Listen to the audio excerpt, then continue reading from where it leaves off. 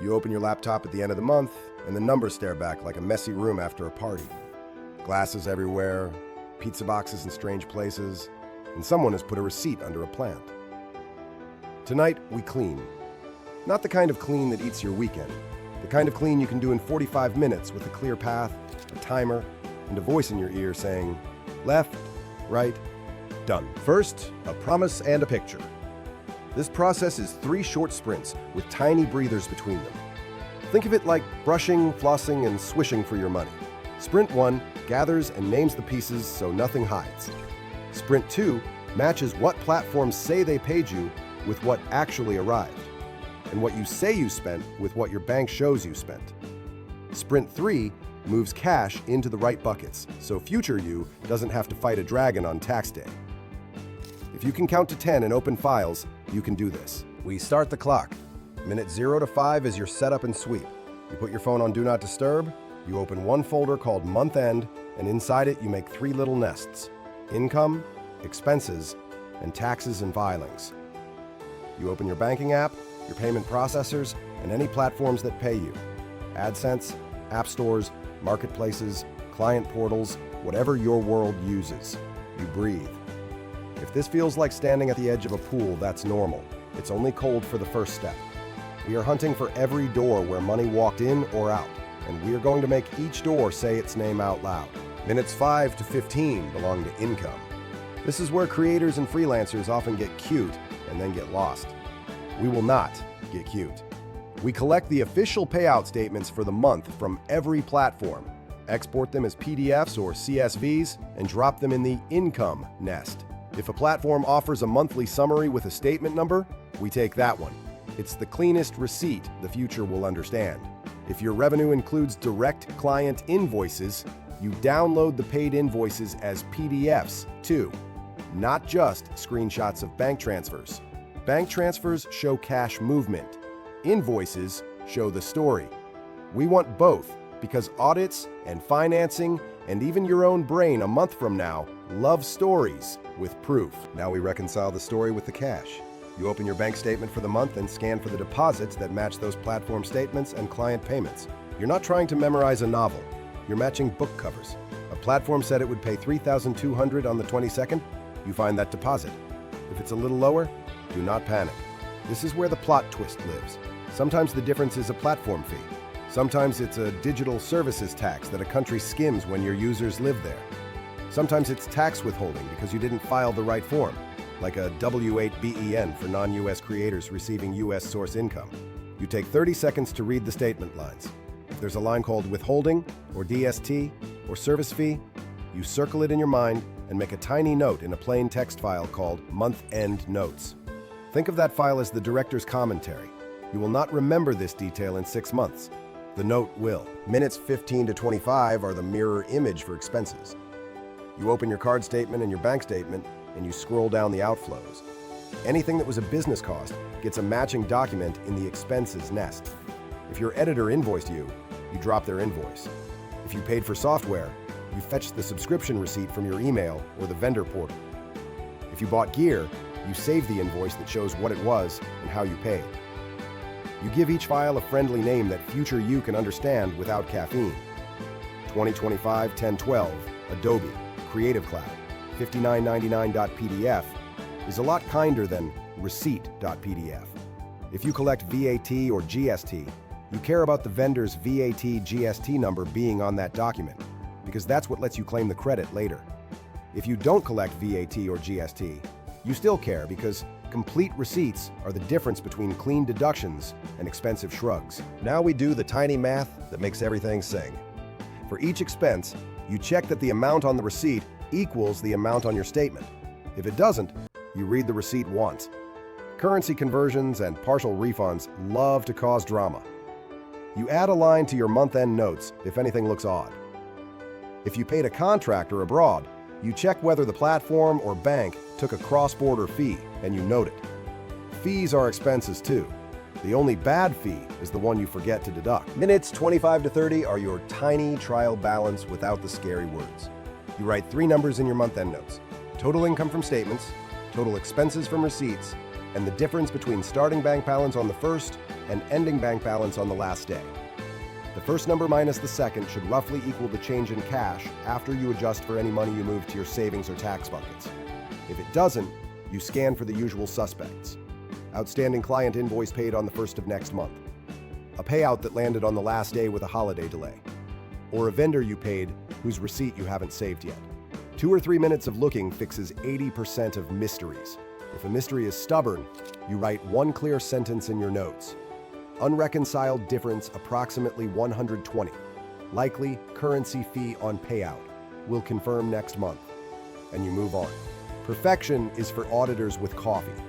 You are building a fast monthly truth that gets better every month. Minutes 30 to 37 belong to taxes and buckets, which is where most people either win the month or create next quarter's headache.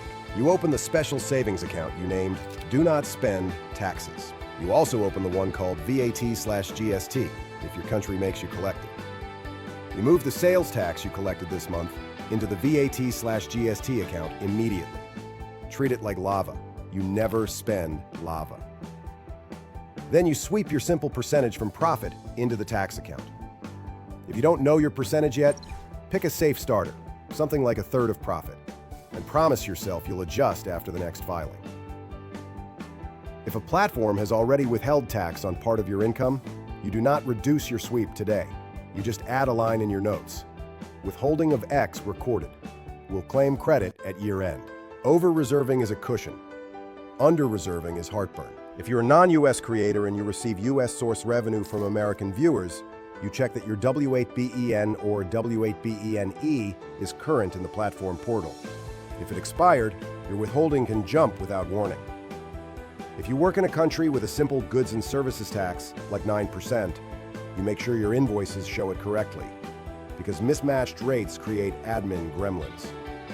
And if you see a small line on your payouts called a digital services tax, you remind yourself it's a platform-level toll, not something you can usually credit at home. So it sits quietly in your expenses list. Minutes 37 to 42 are your forward view. You open a single page where you track the next 6 weeks. Expected client invoices and when they'll pay. Expected platform payouts and the rough amounts based on this month's performance. Known big expenses like an annual software renewal or a gear purchase you've penciled in. You note any travel that could push you into weird tax zones, because days and presents can change your obligations, even if your bank balance is smiling.